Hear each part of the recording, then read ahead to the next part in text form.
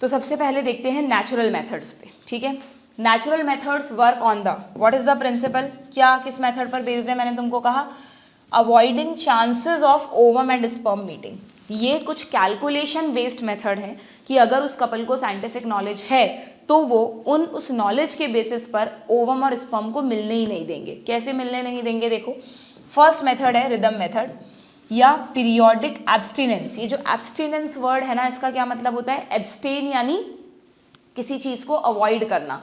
तो हमने menstrual cycle पढ़ा था, मेंस्ट्रुअल साइकिल में हमने कहा था कि अगर 28 डेज का साइकिल है तो 14th डे ऑफ ओव्यूलेशन होता है। इसका मतलब फीमेल में ओवम 14th डे पर ही आएगा ना एम्पुला में। तो 14th डे के 2 से 3 दिन पहले और उसके 2 से 3 दिन बाद, यानी 10 से 17वें दिन का जो टाइम पीरियड है, उस टाइम पर couple has to abstain copulation. Couple को कॉपुलेशन अवॉइड करना है, क्योंकि उस टाइम पर अगर स्पर्म आएंगे ही नहीं तो ओवम होगा भी तो फर्टिलाइजेशन के चांसेस जीरो हो जाएंगे। ओके, तो व्हाट इज पीरियोडिक एब्सटिनेंस, इसी को रिदम मेथड कहते हैं कि ये जो 10th to 17th डे का पीरियड है मेंस्ट्रुअल साइकिल में, जो कि डे ऑफ ओव्यूलेशन के आसपास का है, जिसे हम फर्टाइल पीरियड कहते हैं, उसमें कपल को कॉपुलेशन अवॉइड करना है। Periodic abstinence is one such method in which the couple avoid or abstain from coitus. Abstain का मतलब समझ गए ना, avoid, abstinence, okay? कब avoid करना है, from day 10th to 17th of the menstrual cycle when ovulation could be expected, and you know this time is variable. अगर किसी में menstrual cycle का duration अलग है तो उसमें day of ovulation भी बदल जाता है, मैंने calculate करना सिखा दिया था, okay? As chances of fertilization are very high during this period, this is called the fertile period. तो यहाँ पर एक क्वेश्चन और बन जाता है, what is the fertile period in a female, ठीक है। तो आप ध्यान रखना, जो भी ओव्यूलेशन डे के आसपास का टाइम पीरियड है उसको फर्टाइल पीरियड कहते हैं। Therefore, by abstaining from coitus during this period, conception could be prevented. Contraception और conception मिक्स तो नहीं कर देते तुम। कंसेप्शन यानी कंसीव करना यानी प्रेगनेंसी, कॉन्ट्रासेप्शन यानी कॉन्ट्रा यानी रोकना, कंसीव को रोकना यानी प्रेगनेंसी को रोकना। कंसेप्शन यानी प्रेगनेंसी, कॉन्ट्रासेप्शन यानी अवॉइड द प्रेगनेंसी। दोनों वर्ड्स अलग अलग हैं, अपनी एनसीईआरटी में लिख देना, क्योंकि आजकल नीट में शब्दों का ही खेल है बच्चों। कंसेप्शन यानी कंसीव करना यानी प्रेगनेंसी, और कॉन्ट्रासेप्शन टू अवॉइड प्रेगनेंसी, ठीक है। आगे बढ़ें। नाउ सेकेंड मेथड क्या है भाई, विड्रॉल मेथड। इसमें क्या लिखा है, विड्रॉल या कॉइटस इंटरप्टस, नाम से पता चल रहा है। कॉइटस तो आपको पता ही है, sexual intercourse, mating, coitus, sexual cohabitation, बहुत सारे नाम हैं इस वर्ड के। तो कॉइटस जो है उसको इंटरप्ट कर देना। मैंने तुमको जब ह्यूमन रिप्रोडक्शन पढ़ाया था तो 2 वर्ड्स बताए थे, कॉपुलेशन का मतलब तो मेटिंग, और इंसेमिनेशन का मतलब सीमेन का फीमेल ट्रैक में जाना।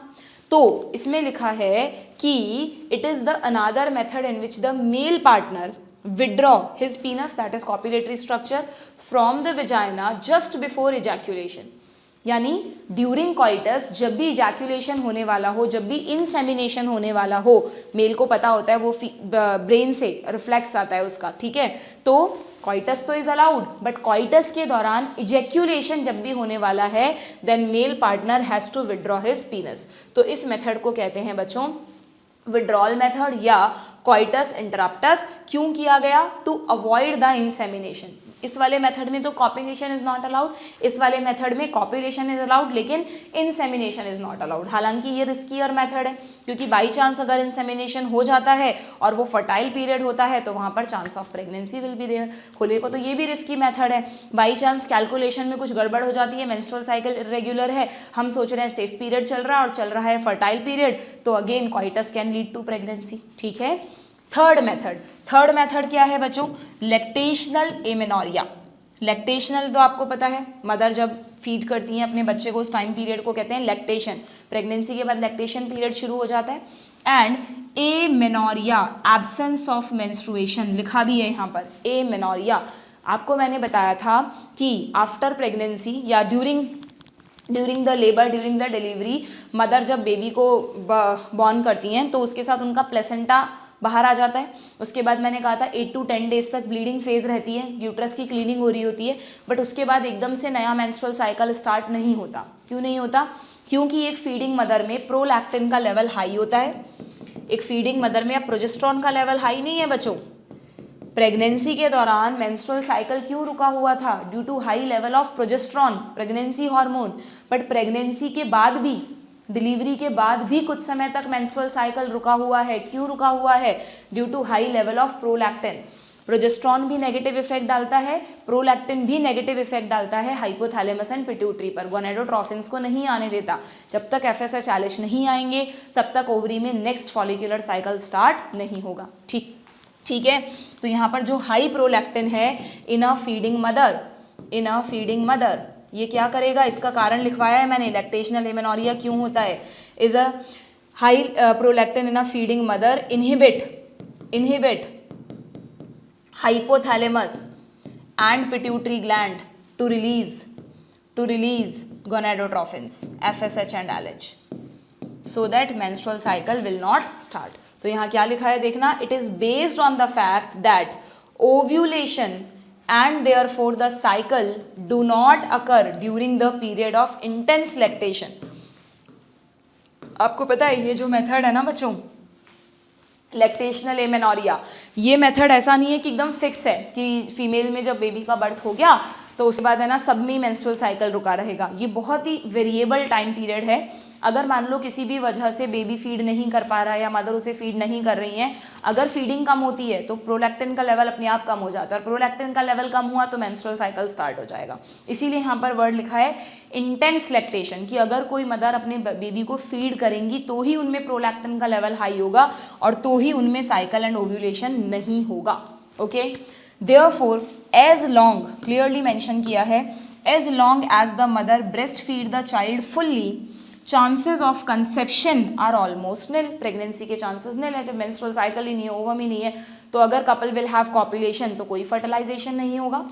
However this method has been reported to be effective only up to a maximum period of 6 months after parturition, क्योंकि जनरली आपने सुना भी होगा कि छोटा बच्चा 6 मंथ्स तक पूरी तरह मदर मिल्क पे डिपेंडेंट होता है, उसके बाद वो थोड़ा थोड़ा खाना पीना शुरू कर देता है, मतलब खाना तो क्या, दांत तो आए नहीं, तो हल्की फुल्की दाल का पानी ये सब उसको पिलाना स्टार्ट कर देते हैं। तो वहाँ से उसकी मिल्क पर रिक्वायरमेंट कम हो जाती है, मदर में लैक्टेशन थोड़ा कम हो जाता है, मेंस्ट्रुअल साइकिल स्टार्ट हो जाता है।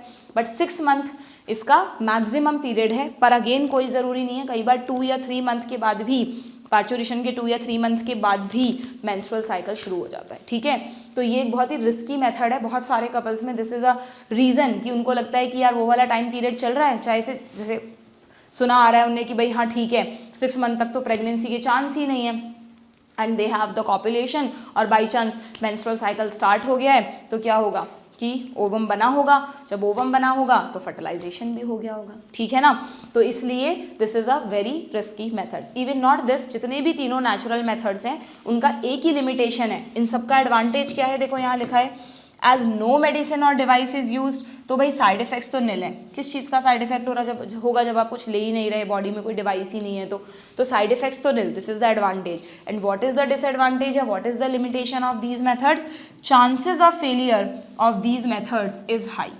फेलियर के चांसेस हाई हैं क्योंकि ये सारे methods calculation based, knowledge based methods हैं, रेगुलरिटीज़ नहीं है, यहाँ पर कोई भी चीज़ डिस्टर्ब हो सकती है। ठीक है, समझ के पढ़ोगे, किसी भी तरह से क्वेश्चन पूछ लें गलत नहीं होगा, इसलिए हमेशा समझ के पढ़ा करो चीज़ों को। ओके, समझने में थोड़ा टाइम लगता है, रीडिंग तो फटफट हो जाती है तो अगर समझो, लेकिन उस रीडिंग का कोई फ़ायदा नहीं है जिसमें तुमने चीज़ों को समझा नहीं। ओके, नाउ नेचुरल मेथड्स के बाद कौन से मेथड्स हैं बच्चों, बैरियर मेथड्स की बात करते हैं। ठीक है, बैरियर मेथड्स में क्या दिया है, in barrier methods ovum and sperms are prevented from physically meeting with the help of barrier. अब यहाँ पर क्या लिखा था, प्रिंसिपल क्या था, avoiding chances of ovum and sperm meeting, और यहाँ पर भी वही प्रिंसिपल है कि हम चाहते हैं ओवम और स्पर्म ना मिले, बस फ़र्क इतना सा है, वहाँ पर वो कैलकुलेशन बेस्ड था, यहाँ पर हम कोई ना कोई फिजिकल डिवाइस यूज़ करेंगे उनकी मीटिंग को रोकने के लिए, और उस डिवाइस को ही आप कहेंगे बैरियर। ठीक है, ये जितने भी बैरियर्स आप यहाँ पर पढ़ रहे हैं ये सब रबर, बहुत ही थिन रबर या लेटेक्स शीट के बने हुए होते हैं। ठीक है, ये क्या करते हैं, मेनली जैसे ये आपकी बुक में मेल कॉन्डम का डायग्राम दिखाया है, ये फीमेल कॉन्डम का डायग्राम दिखाया है। अगर मेल कॉन्डम है तो वो पीनस को कवर करेगा, अगर फीमेल कॉन्डम है तो वो वेजाइना को कवर करेगा। ये जो दूसरे फीमेल बैरियर्स हैं जैसे कि डायाफ्राम, ये दिख रहा है आपको डायाफ्राम, या फिर सर्वाइकल कैप, ये यहाँ पर सर्वाइकल कैप दिखाया है, ठीक है, दिस इज फीमेल कॉन्डम। तो ये सब सिंपली सर्विक्स या वेजाइना में इंसर्ट कर दिए जाते हैं, जिसकी वजह से पीनस से जो स्पर्म जब इंसेमिनेशन होगा तो सीमेन एंटर ही नहीं करेगा फीमेल ट्रैक में, ठीक है, ऐसा ही यहाँ पर होगा। तो इसीलिए ये जो डिवाइसेस है ना बच्चों, इस पर एक क्वेश्चन आता है, मैं शुरू में तुम्हें बता देती हूँ, तुम हाईलाइट कर लो कि ये जो डिवाइसेस हैं स्पेशली जो मेल कॉन्डम है उसका सबसे बड़ा एडवांटेज क्या है, ये दे रखा, use of condom has increased in recent year due to its additional benefit of protecting the user from contracting STI। जो STDs हैं, STI है सेक्सुअली ट्रांसमिटेड इन्फेक्शन, तुम आगे मैं पढ़ाऊंगी उसमें तुम्हें कि उसमें होता क्या है कि जो पैथोजन है ना, बैक्टीरिया या वायरस जिसकी वजह से वो इन्फेक्शन हुआ है, वो रिप्रोडक्टिव फ्लूइड्स में प्रेजेंट होता है, वो सीमेन में प्रेजेंट होता है, वेजाइनल फ्लूइड्स में प्रेजेंट होता है। तो ड्यूरिंग कॉपुलेशन फ्लूइड के कांटेक्ट में आएगा इधर मेल और फीमेल, फीमेल का जो फ्लूइड है वो मेल, मेल का जो फ्लूइड है वो उसको फीमेल के कांटेक्ट में आएगा, तो दोनों से एक दूसरे की डिजीज स्प्रेड हो जाती है, इसीलिए इनको सेक्सुअल ट्रांसमिटेड इन्फेक्शंस बोलते हैं। तो अब ये जो बैरियर्स हैं वो क्या कर रहे हैं, ये बैरियर फ्लूइड का एक्सचेंज ही नहीं होने दे रहे मेल और फीमेल में, है ना। तो इस वजह से ये क्या करेंगे, अगर किसी एक को इन्फेक्शन है नहीं पता है तो दूसरे को वो इन्फेक्शन नहीं होगा।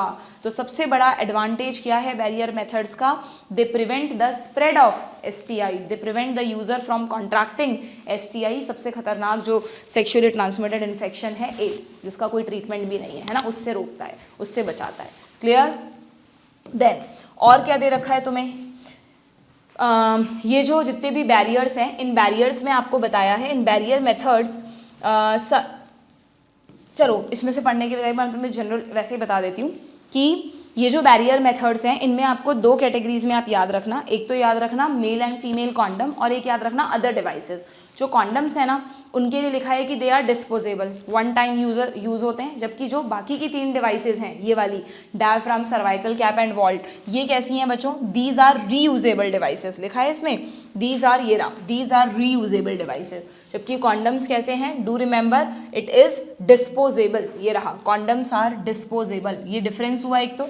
दूसरा डिफरेंस क्या हुआ कि जो कॉन्डम्स हैं वो मेल फीमेल दोनों के लिए हैं, जबकि ये जो हम डिवाइसेस पढ़ रहे हैं ये सिर्फ फीमेल के लिए हैं। ओके, ऐसे डिफरेंस वाइज याद रखोगे तो ध्यान रहेगा, ठीक है। सिमिलैरिटी क्या है दोनों में कि कॉन्डम्स भी थिन रबर या लेटेक्स शीट के बने हैं और ये डिवाइसेस भी रबर या लेटेक्स की बनी हुई हैं। क्लियर। तो ये कॉन्डम्स जो हैं अगर मेल है तो पीनस को कवर करेगा, फीमेल है तो विजाइना एंड सर्विक्स को कवर करेगा। ओके, इनका नाम के अकॉर्डिंग होता है। Just before coitus so that the ejaculated semen would not enter into the female reproductive tract। ये इसका हो गया काम करने का तरीका। Okay, this can prevent conception. अच्छा, एक और यहाँ पर आपको एक ब्रांड नेम दिया है कॉन्डम का, जो सबसे कॉमन कंपनी है, जो सबसे कॉमन नेम है दैट इज निरोध। It is a popular brand of condom for male. तो बाई चांस आपसे पूछ ले नीट में तो जस्ट ये नाम याद रखना, जैसे वहाँ पिल्स में सहेली, यहाँ मेल कॉन्डम में निरोध हो गया, ठीक है। Use of condom has increased in recent year due to its additional benefit that I have told you. Disposable होते हैं और जितने भी बैरियर मेथड्स हैं उन सब का एडवांटेज क्या है बच्चों, सबका कॉमन एडवांटेज ये है कि पहली बात तो अभी आप आगे डिवाइसेस पढ़ोगे जहाँ पर एक्सपर्ट से, जैसे IUDs पढ़ोगे, वो एक्सपर्ट डॉक्टर से लगवानी ज़रूरी है। Condoms are self inserted, not only condom, these are also self inserted, ठीक है। So it they give privacy to the user. Okay, ये इनका एडवांटेज हो गया। अगेन यहाँ पर भी कोई साइड इफेक्ट नहीं है, कोई दवाई तो ले नहीं रहे, कोई बॉडी में हार्मोन्स वगैरह जा रहे हो, स्टेरॉइड्स जा रहे हो, तो इनका कोई भी साइड इफेक्ट नहीं होता। ये इनके एडवांटेज हुए। सिर्फ यहाँ पे एक ही रिस्क कह लो, ड्रॉबैक कह लो कि क्योंकि ये बहुत ही थिन रबर या लेटेक्स शीट के बने होते हैं, तो बाई चांस अगर कोई ड्यूरिंग द यूज़ कोई कॉन्डम वगैरह किसी पे भी कोई कट लग जाता है, ये टेयर हो जाते हैं, तो फिर वहाँ पे इंसेमिनेशन का रिस्क रहता है और जो फीमेल है she can have the pregnancy, ठीक है। वहाँ पे फर्टिलाइजेशन के चांस हो सकते हैं अगर लीक हो गया है तो, अदरवाइज नहीं। तो इसीलिए आपकी NCERT में दिया है कि इन सारे जो बैरियर्स हैं इनकी एफिकेसी बढ़ाने के लिए आजकल मार्केट में क्या आते हैं, कुछ spermicidal cream, jellies and foams आते हैं। अगर इन बैरियर्स को यूज़ करने से पहले इन क्रीम या जेलीज को उन पे लगा लिया जाए तो बाई चांस अगर टीयर हो भी जाता है तो ये जो स्पर्मीसाइडल क्रीम है, स्पर्मीसाइडल एजेंट है, वो स्पर्म्स को किल कर देगा और स्पर्म से अगर स्पर्म ही किल हो गए तो फर्टिलाइजेशन होगा ही नहीं। ठीक है, सो इसमें लिखा है कि these are usually used along with barriers to increase their contraceptive efficacy. ठीक है, एंड यहाँ पर इनके लिए क्या लिखा है, these devices are use of made up of rubber used in female track to cover the cervix during coitus. They prevent conception by blocking the entry of sperm through the cervix. तो मतलब वही सारी बातें हैं, उनको घुमा फिरा के लिखा है। इन शॉर्ट मैंने आपको जो की पॉइंट्स बताया उनको आप चाहो तो अलग से लिख लेना। ठीक है, एक तो याद रखना कि बैरियर्स किसके बने हैं, रबर या लेटेक्स शीट के। काम करने का तरीका क्या है, they cover the copulatory structure so that sperm would not enter. अगर लीक हो भी जाता है तो स्पर्मीसाइडल क्रीम्स इनकी एफिकेसी को बढ़ा देंगी तो इनको सेफली इनको यूज़ किया जा सकता है। और डिफरेंसेस क्या हैं, कॉन्डम मेल फीमेल दोनों के लिए हैं, diaphragm, cervical cap and vault सिर्फ फीमेल के लिए हैं। कॉन्डम डिस्पोजेबल हैं, ये रीयूजेबल हैं, बस दिस इज द डिफरेंस। और एक एडवांटेज की बैरियर्स को यूज़ करने से एसटीडीज़ के प्रिवेंशन को एसटीडीज़ के स्प्रेड को रोका जा सकता है। ठीक है, समझ में आ गया अच्छी तरह से आप लोगों को। बढ़े आगे। सो नाउ ये देखो, ये यहाँ पे मैंने आपको दिखाई दिए हैं डायग्राम्स। नेक्स्ट आता है आईयूडीज। आईयूडीज यानी इंट्रा यूटराइन डिवाइसेस। अब देखो नाम से पता चल रहा है इंट्रा यूटराइन डिवाइसेस यानी कोई ऐसी डिवाइस जिसको यूट्रस में लगवा लिया जाए जिसकी वजह से प्रेगनेंसी ना हो, तो इन्हें शॉर्ट में आईयूडीज भी कहते हैं या आईयूसीडीज भी कह देते हैं। इंट्रा यूटराइन कॉन्ट्रासेप्टिव डिवाइसेस, है ना, उसमें कोई फर्क नहीं है। क्या होता है इन डिवाइसेस में ज़रा देखना, ये आपकी बुक में दी है एक device, this is T shape and copper की बनी होती है इसलिए इसको कॉपर टी कहते हैं। ठीक है, इस तरह से यूट्रस में लगा दी जाती है। थोड़ा सा इसका जो थ्रेड है वो बाहर की तरफ स्ट्रिंग्स होती हैं वो रहती हैं विजाइना में, जिससे कि कभी भी अगर मान लो जनरली ये जो आप पढ़ोगे जो आईयूडीज है ना बच्चों, ये तब यूज़ की जाती हैं जब किसी को लॉन्ग टाइम के लिए कॉन्ट्रासेप्शन रखना है, कि किसी के मान लो ऑलरेडी एक बेबी हो गया है, अब उनको 2 बेबीज़ में 3 इयर्स का गैप चाहिए। बोलते हैं ना कि 2 बेबीज़ में अगर 3 इयर्स का गैप है तो दोनों को सफिशिएंट इनफ केयर और ये सब मिल पाएगा। तो इसलिए जनरली क्या होता है, जब एक डिलीवरी हो जाती है उसके बाद आईयूडी लगवा ली जाती है और 3 इयर्स तक इसका इफेक्ट रहता है, कॉन्ट्रासेप्शन रखती है ये। बट अगर बाई चांस 1.5 साल बाद 2 साल बाद किसी को लगता है कि नहीं भाई हमें तो प्रेगनेंसी अभी चाहिए, तो हमने कहा ना मेथड्स रिवर्सिबल होने चाहिए, तो इन स्ट्रिंग की हेल्प से इसको निकाला भी जा सकता है। ठीक है, तो इसलिए ये जो आईयूडीज हैं ये जनरली आपकी बुक में लिखा है, बड़ा इंपॉर्टेंट पॉइंट है, इसको आप पहले ही हाईलाइट कर लो कि आईयूडीज कब यूज़ की जाती हैं। यहाँ पे दे रखा है IUDs are ideal contraceptives for the female who want to delay pregnancy. मान लो अभी मैरिज हुई है कि भाई 3 इयर्स तक हमें बेबी नहीं चाहिए, नॉट ऑलवेज, नॉट 3 इयर्स, अलग अलग होता है सारे का, किसी का 2 ईयर, 3 ईयर, 3.5 ईयर, 4 ईयर, अलग अलग है सबका ड्यूरेशन। वो जैसा उनको चाहिए वो डॉक्टर को बता देते हैं कि हमको ऐसी आईयूडी चाहिए कि इतने साल कॉन्ट्रासेप्शन रहे। ठीक है, या फिर टू स्पेस द चिल्ड्रन, 2 बच्चों के बीच में गैप रखना है या प्रेगनेंसी को डिले करना है थोड़े टाइम के लिए, तो IUDs are the ideal contraceptives. Okay, and ये भी लिखा है it is one of the most widely accepted method of contraception in India, क्योंकि यहाँ पर डेली पिल लेने का झंझट नहीं रहेगा। ठीक है, बैरियर को भी डेली यूज़ करने का झंझट नहीं है। समझ में आ रही है बात। तो आईयूडीज में क्या दे रखा है बच्चों, आपको 3 तरह की आईयूडीज बता रखी हैं। ये जो 3 तरह की आईयूडीज हैं उसमें आपको ध्यान रखना है, जो पहले मतलब वैसे तो सारी आईयूडीज अभी अवेलेबल हैं, बट अगर हम एक बार देखें तो जो सबसे पहले आईयूडीज बनी ना, उनमें बनी थी नॉन मेडिकेटेड आईयूडीज। ठीक है, नॉन मेडिकेटेड आईयूडीज जिसमें ना कोई कॉपर होता था ना कोई हार्मोन होता था, सिंपली इसका मोस्ट कॉमन एग्जाम्पल है लिपिस लूप। ये देखो इस तरह की होती है ये। ठीक है, और इसमें क्या होता है, इसको यूट्रस में लगा दिया जाता है। अब ये है तो एक फॉरेन बॉडी, यूट्रस के लिए तो ये एक फॉरेन बॉडी हुई ना, तो ये क्या करती है बच्चों, लिपिस लूप जो है वो यूट्रस की वॉल में जब तक इंसर्टेड रहती है तो यूट्रस की वॉल जो है ना, वॉल में सेल्स हैं उनको फेगोसाइटिक बना देती है। उनको लगातार ओवर स्टिमुलेट कर रहे हैं हम, तो उसको वॉल में जो है, वॉल की जो सेल्स हैं उनमें चेंजेस हो जाते हैं और वो फेगोसाइटिक नेचर की हो जाती है कि कोई भी चीज़ अगर यहाँ से गुजरेगी तो तुरंत वो सेल्स उसको फेगोसाइट कर लेंगी, जस्ट लाइक WBCs।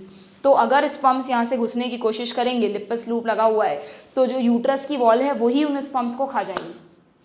इस तरह से बनाई गई नॉन मेडिकेटेड आईयूडीज़। बट कहीं ना कहीं उनमें कुछ लिमिटेशंस थे कि वो हमेशा इतनी ज़्यादा सक्सेस रेट नहीं थी उनकी, तो थोड़ा बेटरमेंट किया गया। और नेक्स्ट आई कॉपर रिलीजिंग आईयूडीज़। ऐसी आईयूडीज़ बनाई गई, ये अभी भी बहुत पॉपुलर हैं, जिनसे धीरे धीरे लगातार कॉपर रिलीज होता रहता है। अब आप कहेंगे मैम कॉपर का यहाँ क्या यूज़ है? तो बच्चों कॉपर जो है ना वो क्योंकि अगर लगातार कॉपर की कॉन्सेंट्रेशन यहाँ हाई रहेगी तो जब भी स्पर्म्स यहाँ से गुजरेंगे तो कॉपर क्या करता है, स्पर्म्स पे नेगेटिव इफेक्ट डालता है। या तो स्पर्म्स की मोटिलिटी कम कर देता है, या स्पर्म्स की फर्टिलाइजिंग कैपेसिटी कम कर देता है, मतलब उसका स्पर्म्स पे नेगेटिव इफेक्ट है। तो अगर यहाँ पर हमेशा हाई कॉन्सेंट्रेशन रहेगी कॉपर की तो जब भी इंसेमिनेशन होगा स्पर्म्स ओवम तक पहुँच ही नहीं पाएंगे। ठीक है, इसके लिए बनाई गई ये कॉपर रिलीजिंग डिवाइसेस। फिर और थोड़ा बेटरमेंट हुआ तो कॉपर रिलीजिंग से भी और ज़्यादा एक एडवांस मेथड बनाया गया आईयूडीज़ का, जिसमें आती है हार्मोन रिलीजिंग आईयूडीज़। फर्स्ट थी non medicated, second copper releasing, third आई hormone releasing IUDs. Hormone releasing IUDs क्या करती हैं बच्चों, ये जो मैं अब तुम्हें मैकेनिज्म समझा रही हूँ ना हार्मोन रिलीजिंग आईयूडीज़ का, ये सिर्फ इन्हीं का नहीं है। इसके बाद जो तुम पिल्स पढ़ोगे वहाँ पर भी हार्मोन्स हैं, इसके बाद इंजेक्शन या इम्प्लांट पढ़ोगे वहाँ पर भी हार्मोन्स हैं। तो ये जो मैं मैकेनिज्म समझा रही हूँ उसको ध्यान से समझ लेना। बाकी जितने भी कॉन्ट्रासेप्टिव हम आगे पढ़ेंगे वेसेक्टॉमी के अलावा, उन सब पे यही मोड ऑफ एक्शन काम करता है। क्या काम करता है समझो, जो हार्मोनल आईयूडीज़ हैं, जो हार्मोनल आईयूडीज़ हैं या हार्मोन रिलीजिंग आईयूडीज़ कह लो, या फिर जो OCPs हैं ओरल कॉन्ट्रासेप्टिव पिल्स, या फिर इंजेक्शन या इम्प्लांट जो लगाए जाते हैं फीमेल्स में, इन सब के काम करने का तरीका सेम है, बस मोड अलग अलग है। यहाँ यूट्रस में इंसर्ट कर दिया, यहाँ एक दवाई खानी है, यहाँ पर इंजेक्शन लगेगा, यहाँ पर इम्प्लांट लगेगा, काम सबका सेम है। क्या काम है देखना, इन सब का मोड ऑफ एक्शन क्या है कि ये सब ना फीमेल की बॉडी में ये या तो ये बने होते हैं प्रोजेस्टेरॉन के, या फिर प्रोजेस्टेरॉन अलोन, ओनली प्रोजेस्टेरॉन होता है उनमें, या फिर प्रोजेस्टेरॉन प्लस एस्ट्रोजन का कॉम्बिनेशन होता है। एस्ट्रोजन अकेला नहीं होता, प्रोजेस्टेरॉन तो ज़रूरी है ही है, अभी तुम देखना कैसे। तो या तो ये बने होते हैं किसके, ओनली प्रोजेस्टेरॉन होता है इनमें, जैसे आईयूडी में है। तो मान लो हार्मोनल आईयूडी है एक, ये रही, यहाँ पर कोई दिखाई है क्या इन्होंने, हार्मोनल आईयूडी। तो हार्मोनल आईयूडी है, इसी तरह की होगी, वो धीरे धीरे क्या करेगी, हार्मोन रिलीज करती रहेगी, हार्मोन ब्लड में जाता रहेगा और वो हार्मोन उन फीमेल की बॉडी में क्या करके रखेगा देखना, ये जो हार्मोन्स है ये वाला या ये कॉम्बिनेशन, ये 3 इफेक्ट डालता है। कौन से 3 इफेक्ट, वेरी वेरी इंपॉर्टेंट। पहला इफेक्ट, मैंने आपको जब ह्यूमन रिप्रोडक्शन पढ़ाया था तब बताया था क्या कि सर्वाइकल म्यूकस के बारे में बताया था, म्यूकस प्लग। एनसीईआरटी में कहीं था नहीं, बस एक डायग्राम में था, वो फीटस वाले डायग्राम में। बट मैंने तुमको एक बताया था कि हम पढ़ेंगे नेक्स्ट इस वाले चैप्टर में हमारे काम आएगा कि फीमेल्स में लगातार सर्विक्स में म्यूकस सिक्रीट होता रहता है। तो जब हमारी फॉलिक्यूलर फेज चल रही होती है, जब हमारे में एस्ट्रोजन हाई होता है, तब तो वो म्यूकस कैसा रहता है, थिन रहता है। जब ओव्यूलेशन टाइम होता है तो वो बहुत थिन हो जाता है, जिससे स्पर्म्स इजीली एंटर कर सके। बट जब ल्यूटियल फेज आती है, जब प्रोजेस्टेरॉन हार्मोन सिक्रीट हो रहा होता है, तो वो उस म्यूकस को थिक कर देता है। क्योंकि अगर बाई चांस इम्प्लांटेशन हुआ, नहीं हुआ, कुछ भी नहीं हुआ, बट अब स्पर्म्स के जाने का कोई फ़ायदा नहीं है, तो वो थिकनिंग ऑफ म्यूकस जो है वो स्पर्म्स की एंट्री को रोकती है। तो आप सोचो कि अगर इनमें से कोई भी डिवाइस लगातार प्रोजेस्टेरॉन सिक्रीट कर रही है तो उस फीमेल में प्रोजेस्टेरॉन का लेवल थोड़ा सा हाई रहेगा ना। और वो जो हाई लेवल ऑफ प्रोजेस्टेरॉन है ये क्या करता है, it alter the cervical mucus. इसने सर्वाइकल म्यूकस को क्या कर दिया, थिक कर दिया। It alter the cervical mucus in thick secretion, इसको थिक बना देता है, जिससे कि स्पर्म्स की एंट्री ना हो सके। या इसको ऐसा भी लिखा हुआ है आपकी एनसीईआरटी में, इसको ऐसे भी कह सकते हो, और make the cervix hostile, make the cervix hostile to sperms. एक एक वर्ड पे ध्यान देना, जो समझा रही हूँ मैं बहुत इंपॉर्टेंट है ये mode of action. Make the cervix hostile, hostile समझते हो तुम, किसी को बंदी बना लेना। जैसे हॉस्पिटैलिटी, किसी का अतिथि, मतलब जो हॉस्पिटैलिटी, हॉस्पिटल नहीं समझ लेना, हॉस्पिटैलिटी का मतलब किसी का स्वागत सम्मान करना। कोई हमारे घर मेहमान आता है तो हमने बहुत अच्छी हॉस्पिटैलिटी दी उसको, है ना। और हॉस्टाइल मतलब उसको बंधक बना लेना। तो ये क्या करेगा, ये जो डिवाइसेस हैं हार्मोन वाली, ये सर्विक्स के म्यूकस को इतना थिक बना रही हैं कि जो जैसे ये यूट्रस है ना, तो यहीं पर सर्विक्स फंस गए। क्यों? क्योंकि सर्वाइकल म्यूकस बहुत ज़्यादा थिक है, जो स्पर्म्स हैं सॉरी वो आगे बढ़ ही नहीं पा रहे। क्यों नहीं बढ़ पा रहे? क्योंकि सर्वाइकल म्यूकस ने रास्ता रोका हुआ है, सर्वाइकल कैनाल को ब्लॉक कर रखा है। तो ये जो हार्मोनल डिवाइसेस हैं ये सबसे पहले तो कोशिश करती हैं कि स्पर्म्स अंदर ही ना आ सकें। बाई चांस कुछ स्पर्म अंदर आ भी गए तो ये दूसरा एक नेक्स्ट तैयारी करके क्या रखती है कि ये जो डिवाइसेस हैं दे इनहिबिट ओव्यूलेशन। इसका मतलब बच्चे समझ जाते हैं कि ओव्यूलेशन नहीं हो रहा मतलब मेंस्ट्रुअल साइकिल ही नहीं हो रहा। ऐसा हो सकता है क्या? तो बड़ी गड़बड़ बात हो जाएगी। इसकी आइडियल प्रॉपर्टीज ही हमने डिस्टर्ब कर दी। मेंस्ट्रुअल साइकिल नहीं रुक रहा बच्चों, मेंस्ट्रुअल साइकिल हो रहा है, ओवरी में फॉलिकुलर ग्रोथ भी होगी, ग्राफियन फॉलिकल भी बनेगी, लेकिन ओव्यूलेशन नहीं होगा। ओव्यूलेशन के लिए एलेक्सर ज़रूरी है ना, और अगर लगातार अगेन इन फीमेल में प्रोजेस्टेरॉन हाई रहेगा, थोड़ा बहुत हाई रहेगा तो कहीं ना कहीं उसका नेगेटिव फीडबैक जाएगा ना हाइपोथैलेमस पे, तो एलएच उतना नहीं हो पाएगा जितना ओवम को ओवरी से बाहर निकालने के लिए ज़रूरी है। तो एक तरह से ये जो हार्मोनल डिवाइसेस हैं ये फीमेल में, जो फीमेल इनको यूज़ कर रही हैं उनमें ओवम को एम्पुला तक पहुंचने ही नहीं देगा। अगर वहाँ ओवम है ही नहीं तो कभी फर्टिलाइजेशन होगा ही नहीं। ठीक है, तो इन्होंने ओव्यूलेशन को भी इनहिबिट करके रखा है। मेंस्ट्रुअल साइकिल तो चल रहा है, यूट्रस की वॉल बनेगी, शेडिंग होगी, मेंसेस फेज आएगी, सब कुछ चल रहा है, बस ओवम नहीं निकल पा रहा, ओवरी से एम्पुला तक पहुंच नहीं पा रहा है। ठीक है, देन एक और मोड ऑफ एक्शन है जो इनका बहुत ही सबसे एक इफेक्टिव मोड कह सकते हो कि ये, और वो सिर्फ इन हार्मोनल डिवाइसेस में ही है सब में, कि ये हार्मोनल डिवाइसेस क्या करती हैं, इम्प्लांटेशन को भी इनहिबिट कर सकती हैं बच्चों। दे इनहिबिट इम्प्लांटेशन, सोचो, दे इनहिबिट इम्प्लांटेशन, या आप कह सकते हो make the uterus unsuitable for implantation, make uterus unsuitable for implantation. ये जो हार्मोनल डिवाइसेस हैं सारी, चाहे वो आईयूडी हो, पिल हो, इंजेक्शन हो, इम्प्लांट हो, ये क्या करती हैं, ये यूट्राइन वॉल में कुछ ऐसे चेंजेस इंड्यूस करती हैं जिसकी वजह से चाहे से हम यहाँ पर कह रहे हैं कि फीमेल में प्रोजेस्टेरॉन का लेवल थोड़ा हाई है, तो ये थोड़ा सा कॉन्ट्राडिक्टरी लगता है कई बार बच्चों को, बट नहीं, यहाँ पर ये जो डिवाइसेस हैं ये यूट्राइन वॉल में कुछ इस तरह के चेंजेस कर देती हैं कि मान लो बाई चांस अगर ओवम स्पर्म मिल भी गए, फर्टिलाइजेशन हो भी गया, बाई चांस ओव्यूलेशन हो गया किसी बार और मिल गए, वो जायगॉट बना दिया उन्होंने, तो जैसे जैसे जायगॉट एम्ब्रियो नीचे की तरफ आ रहा है वो यूट्रस में इम्प्लांट ही नहीं हो पाएगा। सोचो, फर्टिलाइजेशन तो हो गया लेकिन इम्प्लांटेशन नहीं हो पा रहा, तो प्रेगनेंसी होगी ही नहीं। तो ये इनका एक और इफेक्टिव मोड है। तो इन जो हार्मोनल डिवाइसेस हैं उनको इस तरह से बनाया गया कि देखो वो 3 लेवल पे काम कर रही हैं। पहला, स्पर्म्स की एंट्री को रोक दिया। दूसरा, अगर बाई चांस स्पर्म आ गया तो उसे ओवम ही नहीं मिलेगा, फर्टिलाइज किसको करेगा वो। और बाई चांस अगर ओवम से मिल भी गया स्पर्म, ओवम आ गया, स्पर्म और ओवम की मीटिंग हो गई, जायगॉट बन गया, तो वो इम्प्लांट ही नहीं हो पाएगा। अगर इम्प्लांट ही नहीं हो पाएगा तो प्रेगनेंसी शुरू ही नहीं होगी। वो जो जायगॉट एम्ब्रियो बना है छोटा सा, वो वहीं पर खत्म हो जाएगा। ठीक है, तो ये हार्मोनल आईयूडीज के या हार्मोनल डिवाइसेस के मोड ऑफ एक्शन हैं। तीनों आपको याद रखने हैं, क्वेश्चंस पूछे जाते हैं इन पर। This is very very important. इसको जैसे मैंने लिखा है वैसे ही तुम भी कहीं भी अपनी एनसीईआरटी में लिख लेना। ठीक है, तो अब देखो यहाँ पर क्या लिखा है कि तीनों का मोड ऑफ एक्शन हम अलग अलग पढ़ लेते हैं ज़रा। कि सबसे पहले तो these devices are inserted by doctors और expert nurses in the uterus through vagina. कोई सर्जरी वगैरह नहीं करनी है इसको इंसर्ट करने के लिए, सिंपली छोटी सी डिवाइस होती है, वेजाइना के थ्रू इसको यूट्रस में इंसर्ट कर दिया जाता है। बट यस, एक्सपर्ट जरूरी है, सेल्फ इंसर्टेड नहीं है ये। ठीक है, these IUDs are presently available as non medicated IUD. Non medicated IUD क्या करती है, फेगोसाइटोसिस ऑफ स्पर्म को बढ़ा देती है। ये नॉन मेडिकेटेड आईयूडी का मोड ऑफ एक्शन है। ठीक है, कॉपर रिलीजिंग क्या करती है, कॉपर आयंस को रिलीज करती है। कॉपर आयंस क्या करते हैं, स्टार बना लेना, क्वेश्चन आया हुआ है, suppress sperm motility and the fertilising capacity of sperm. ये इनका मोड ऑफ एक्शन हो गया।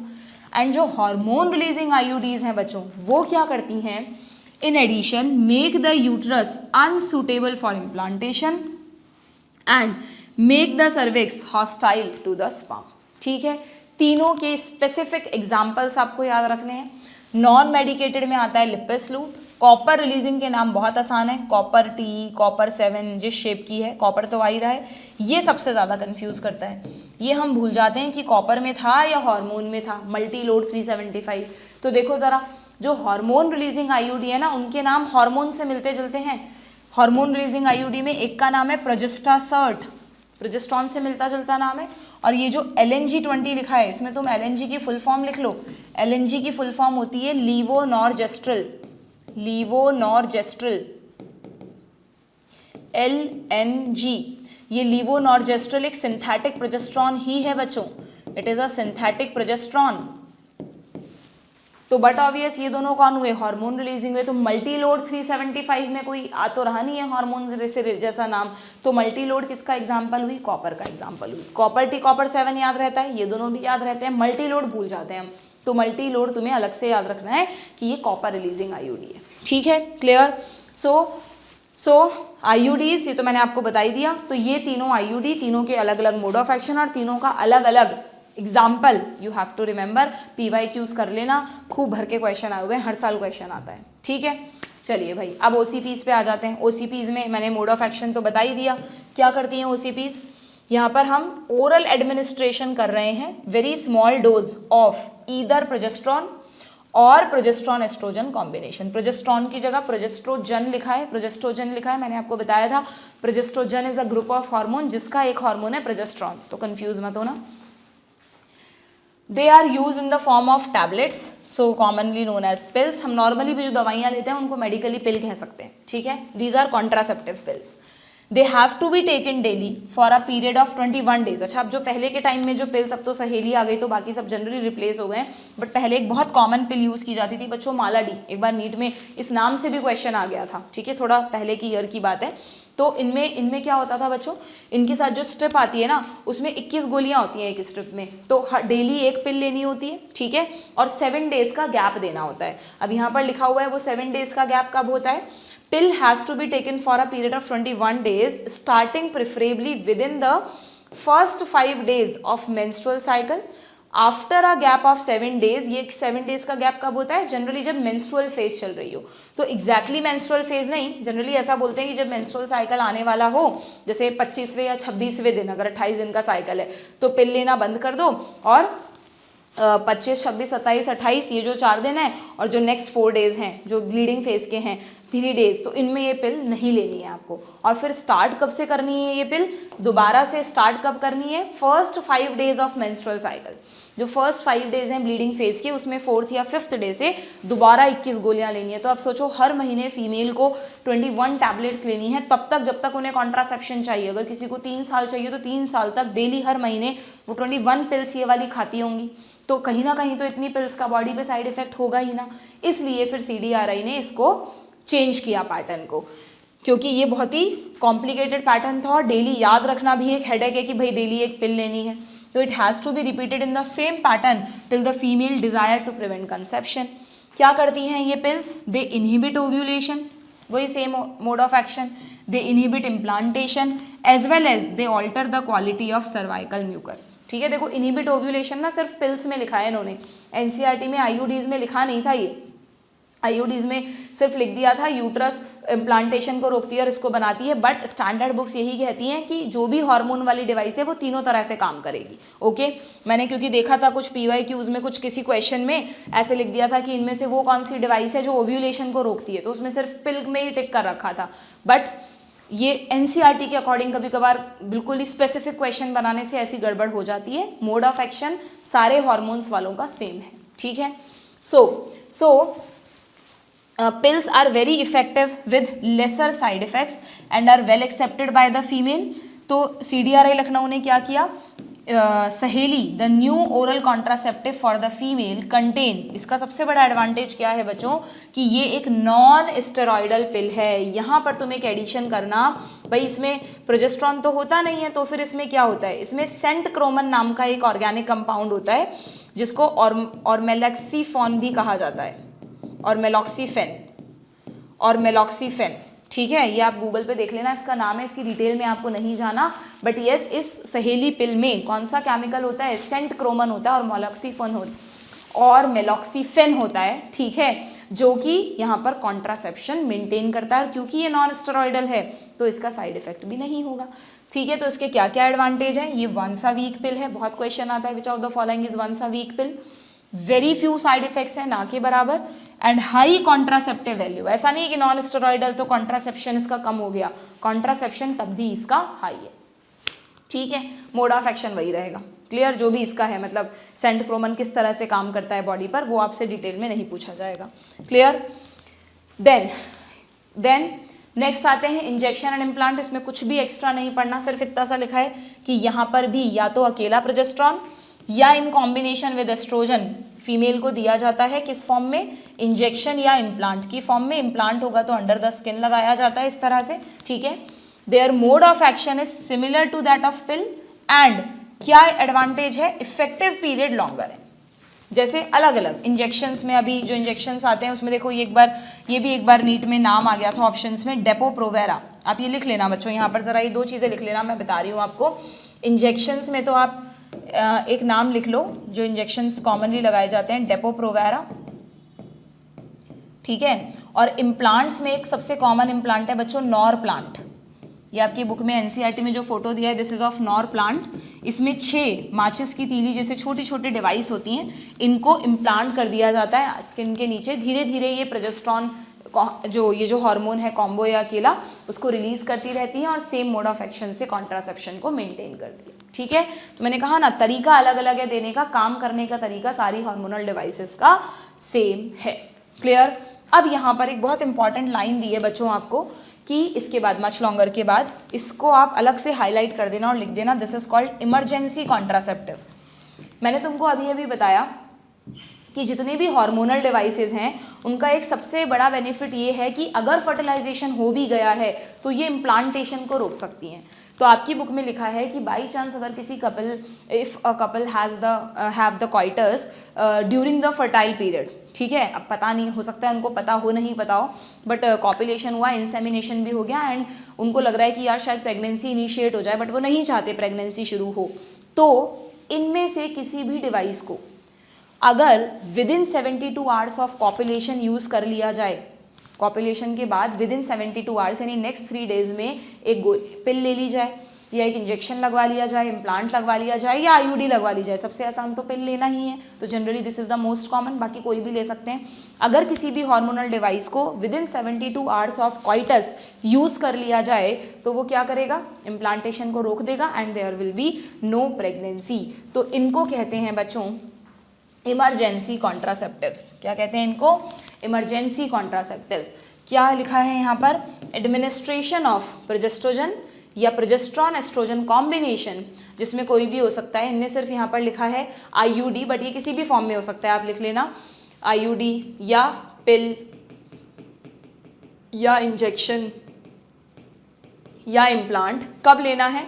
within 72 hours of coitus have been found to be very effective as emergency contraceptive and they could be used to avoid possible pregnancy due to rape cases and casual unprotected intercourse। हाँ, इसमें ये भी question आया हुआ है कि emergency contraceptive के 2 indication बताइए कि कब ज़रूरत पड़ती है इसकी। तो अगर रेप केसेस में प्रेगनेंसी का रिस्क हो तब इसको दिया जा सकता है, या अनप्रोटेक्टेड इंटरकोर्स का मतलब होता है simply without using any contraceptive, without using any contraceptive and couple do not want child, मतलब उनको प्रेगनेंसी ही नहीं चाहिए। भी प्रेगनेंसी शुरू थोड़ी ना हुई है, फर्टिलाइजेशन का मतलब होता है क्या प्रेगनेंसी का शुरू होना? नहीं ना। तो उसको रोकने के लिए, इम्प्लांटेशन को रोकने के लिए मेडिसिन ली जा सकती हैं। जैसे एक बहुत ही कॉमन सी मेडिसिन है अनवांटेड 72, नाम से ही पता चल रहा है कि अनवांटेड प्रेगनेंसी को रोकने के लिए। ठीक है, तो और भी बहुत सारी आती हैं अलग अलग, तो ये मैंने जस्ट आपको एग्जाम्पल बताया जिससे आप ध्यान रख सको इस कॉन्सेप्ट को कि इमरजेंसी कॉन्ट्रासेप्टिव क्या है। इस पर भी क्वेश्चन पूछा जा चुका है। ओके, समझ में आ गया? चलो लास्ट में आ जाते हैं सर्जिकल मेथड्स पे, जिसको कि स्टरलाइजेशन कहते हैं। और जनरली एडवाइस, ये भी क्वेश्चन आया हुआ है कि which method of contraception is a terminal method to prevent any more pregnancy. ये बच्चों ध्यान रखना, दिस मेथड इज इर्रिवर्सिबल। ये इर्रिवर्सिबल मेथड है।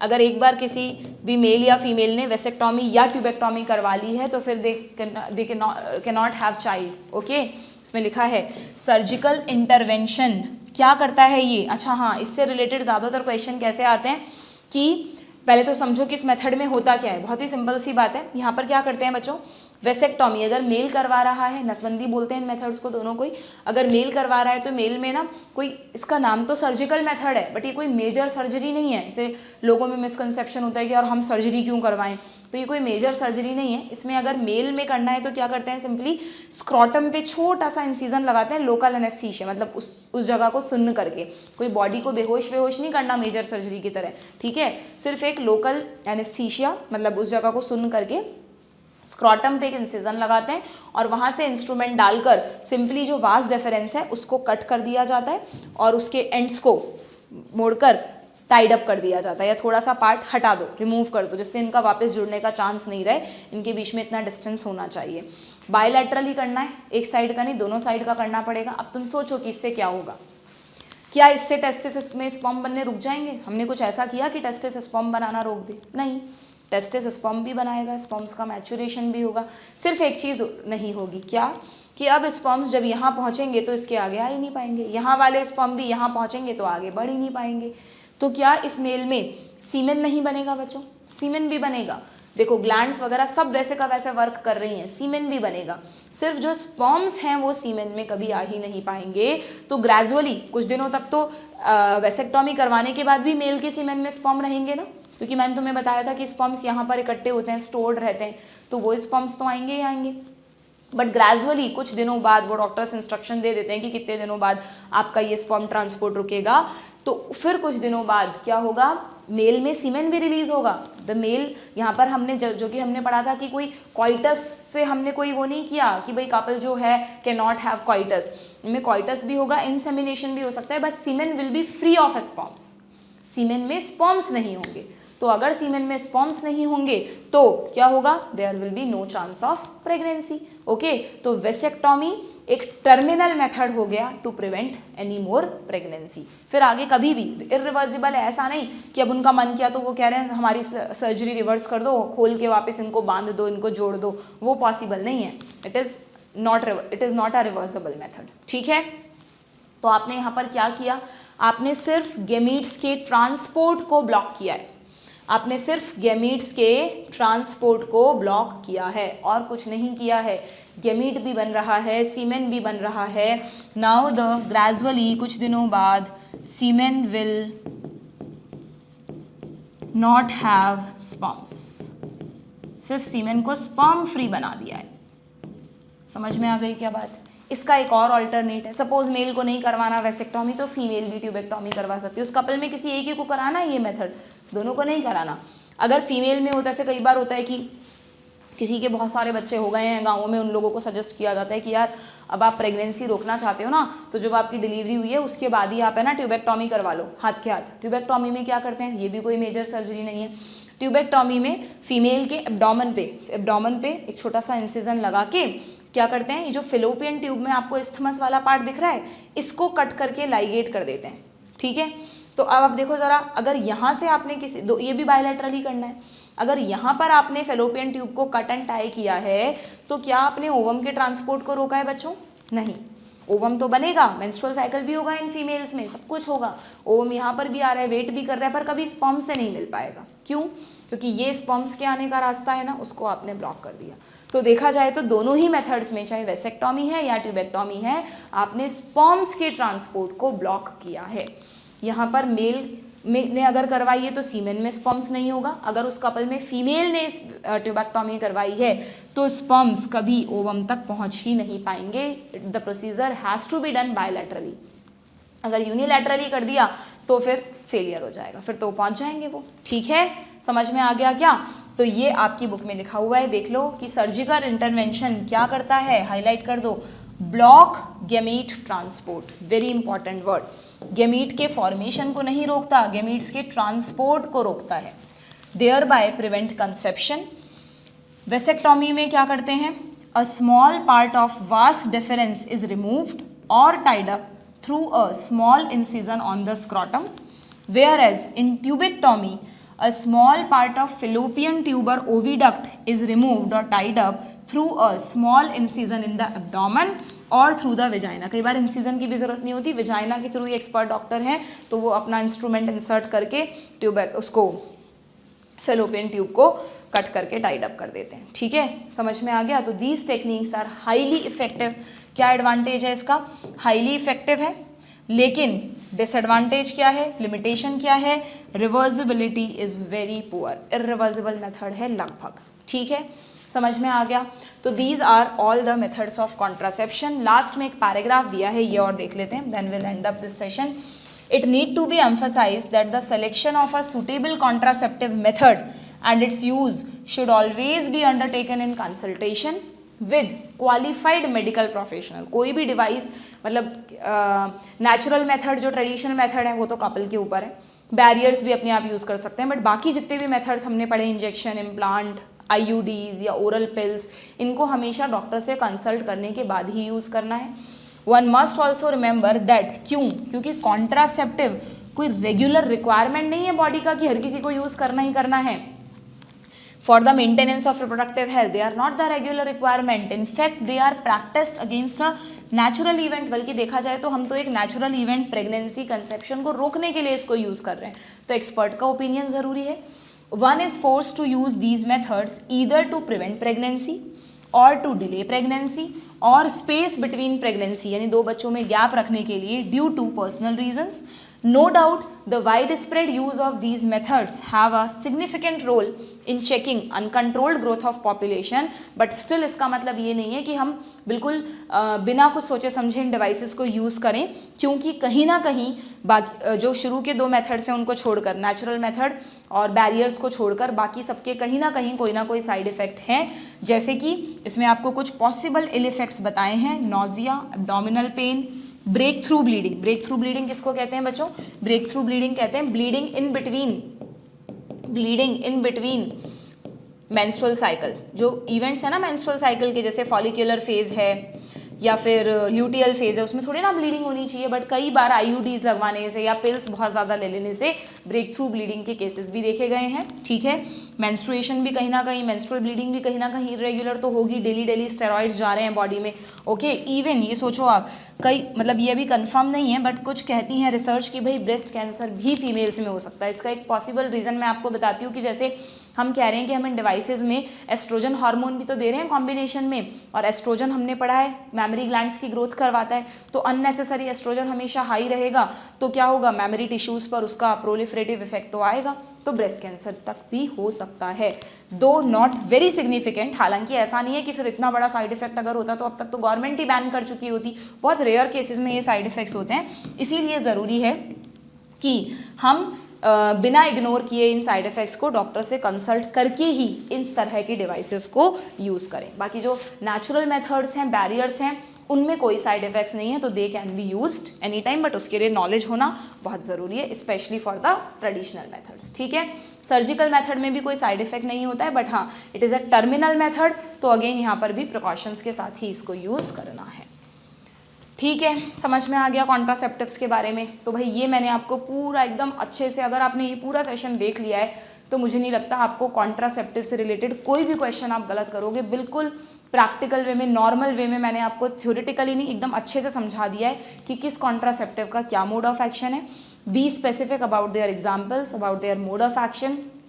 अच्छे से ध्यान रखो, एक बार फिर से रीड करो इस टॉपिक को मैं कहूँगी, और इसके साथ में क्वेश्चंस कर लो। कोई प्रॉब्लम है तो कमेंट बॉक्स में पूछ लेना। नेक्स्ट सेशन में we will continue with the MTP, medical termination of pregnancy. Okay, good bye.